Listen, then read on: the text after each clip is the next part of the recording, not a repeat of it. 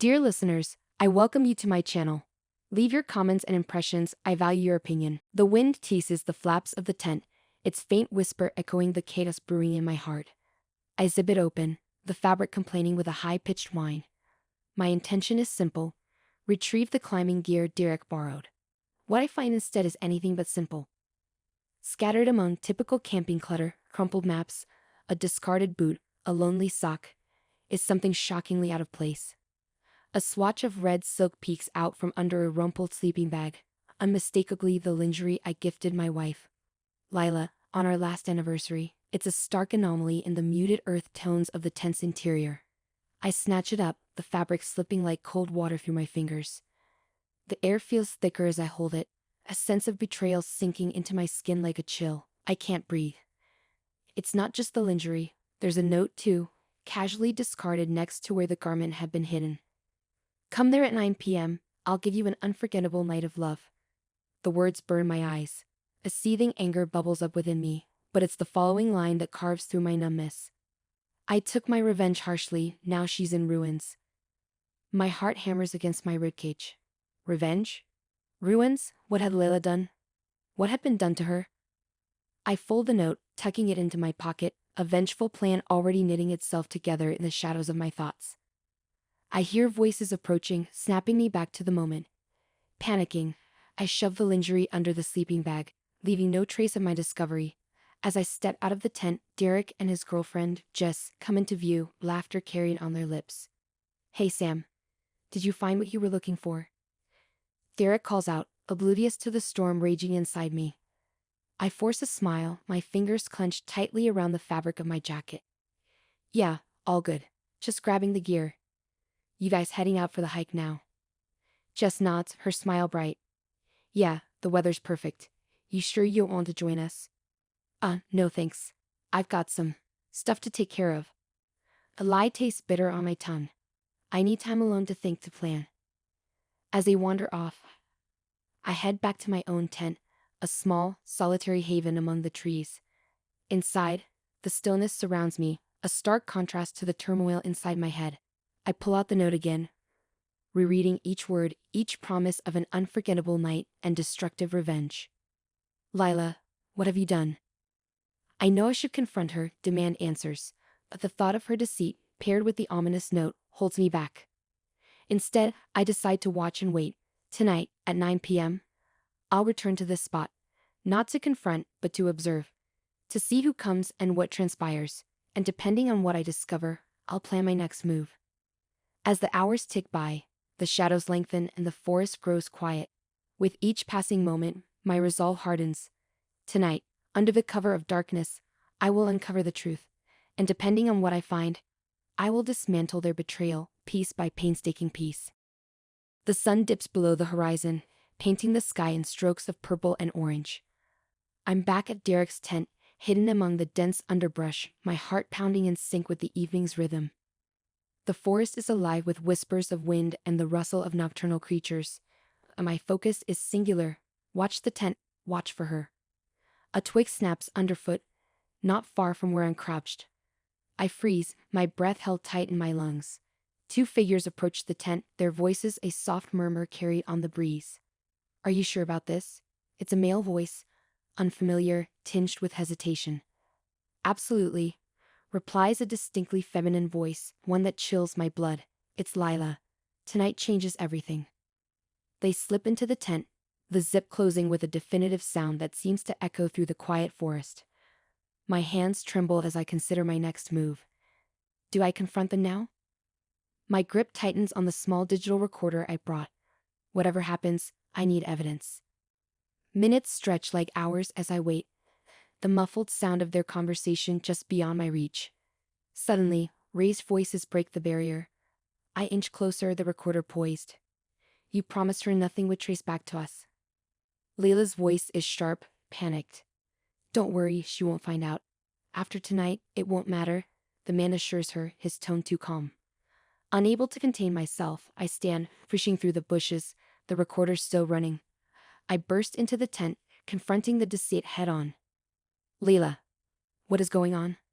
I demand, my voice a mix of rage and pain. Leela and the man turn to me, shock etched across their faces. For a moment, no one speaks. The man stands, stepping in front of Leela protectively. He's tall, with dark, watchful eyes. Not just any man. Jake, Derek's cousin. A piece clicks into place. The family resemblance is unmistakable. Sam, Lila starts, but her words falter under my glare. Jake interrupts, his voice firm. Sam, you shouldn't be here. This isn't what it looks like. Oh really? Because it looks like betrayal. I snap, the recorder still clutched in my hand. What did you mean by it won't matter after tonight? What are you planning? Lila steps forward, her expression one of desperate sincerity. Sam, please listen. It's not what you think. We were planning a surprise for you. A surprise? I scoff, my voice dripping with disbelief. With lingerie and secret meetings? What kind of game are you playing? It's not a game. Jake cuts in. We were setting up a scavenger hunt for your anniversary. The lingerie, the notes, it was all part of the surprise. Leila, tell her. Leila nods, tears brimming in her eyes. Yes, it's true. The note you found was meant for you, Sam. The revenge was just a theme for the hunt, a play on an inside joke. It was supposed to be fun. I paused, the anger mixing with confusion.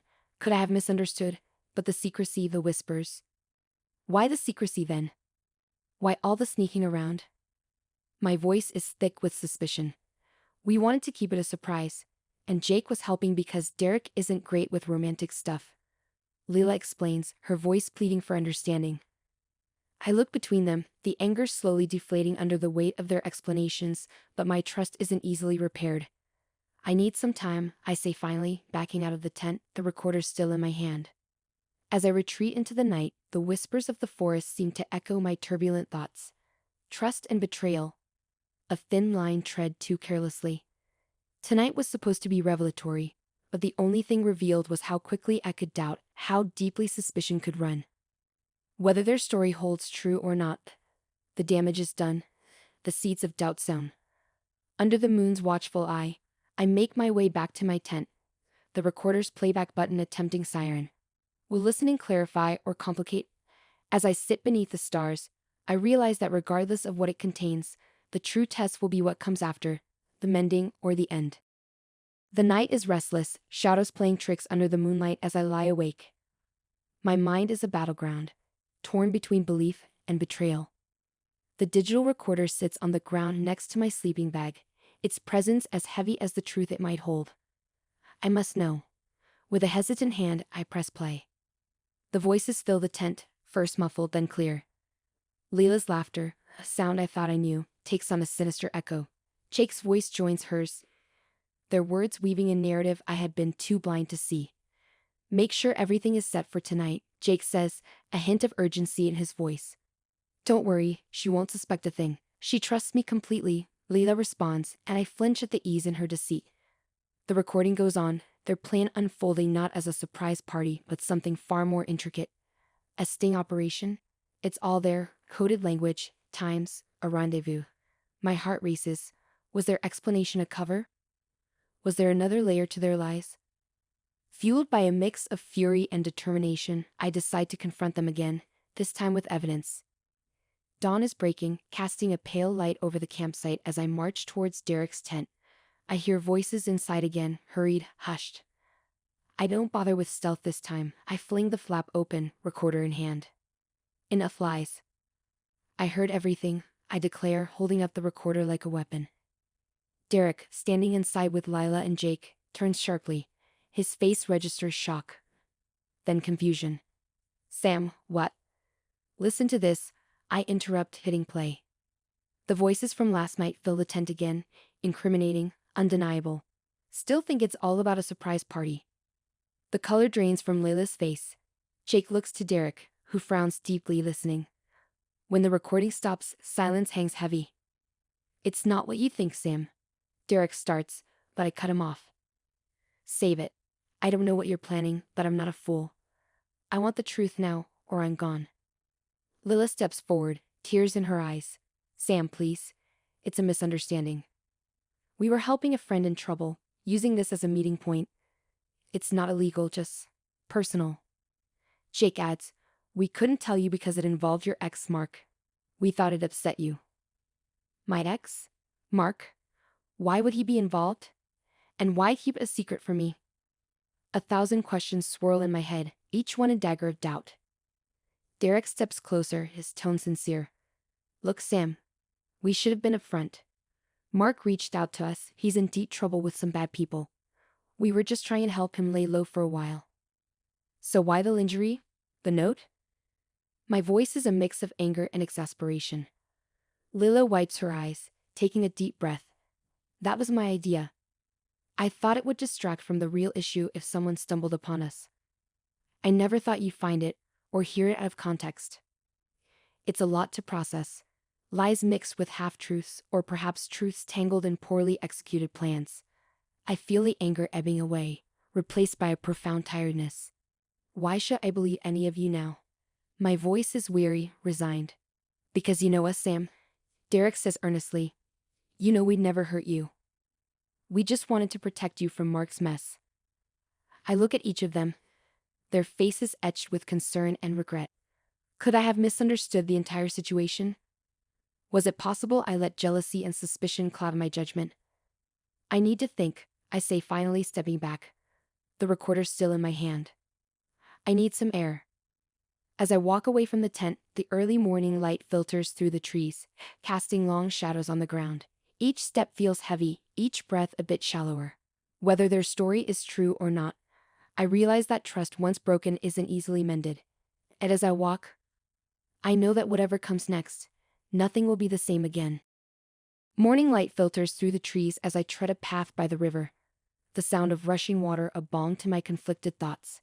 My steps are aimless, and my mind races with the puzzle pieces of the last few days. The recorder feels like a stone in my pocket, each recording a weight of potential betrayal and hidden truths.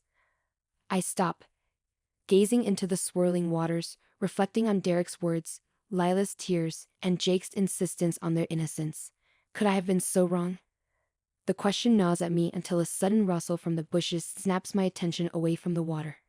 Sam. It's Mark, my ex, stepping out onto the path. His appearance is ragged, his eyes wary.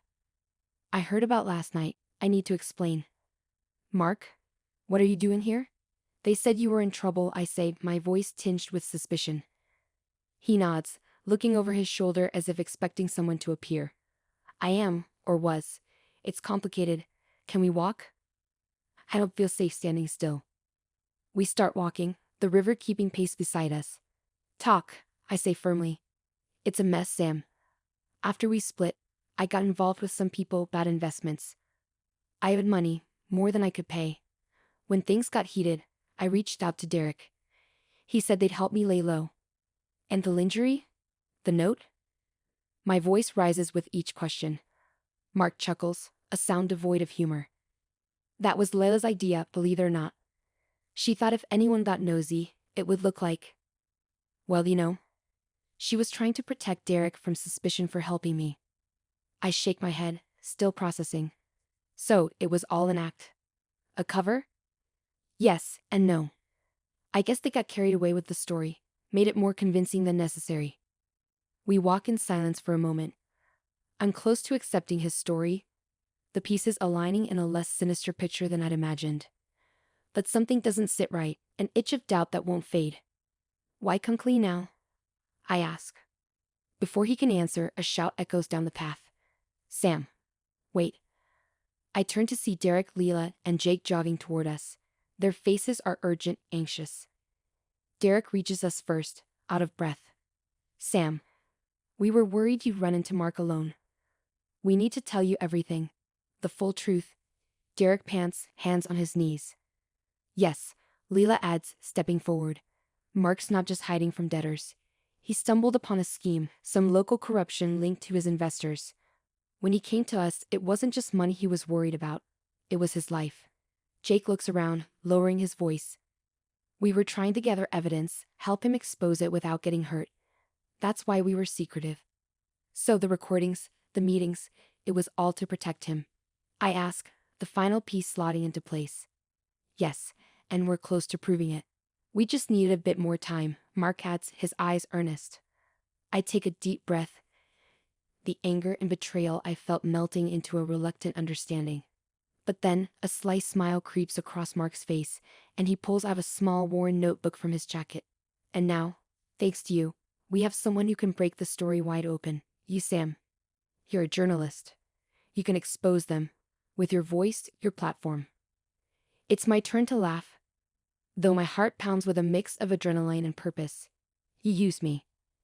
Use each other, Mark corrects with a shrug. But for a good cause. I look at my friends, a mix of frustration and gratitude swirling inside me. They nod, silently asking for my help. All right, I say, a plan forming in my mind. Let's take them down. As we walk back together, the pieces finally fit. My heart lighter, I ready myself for the biggest story of my career, forged from deceit but destined for justice. The river beside us seems to approve, its rushing waters a soundtrack to our renewed purpose.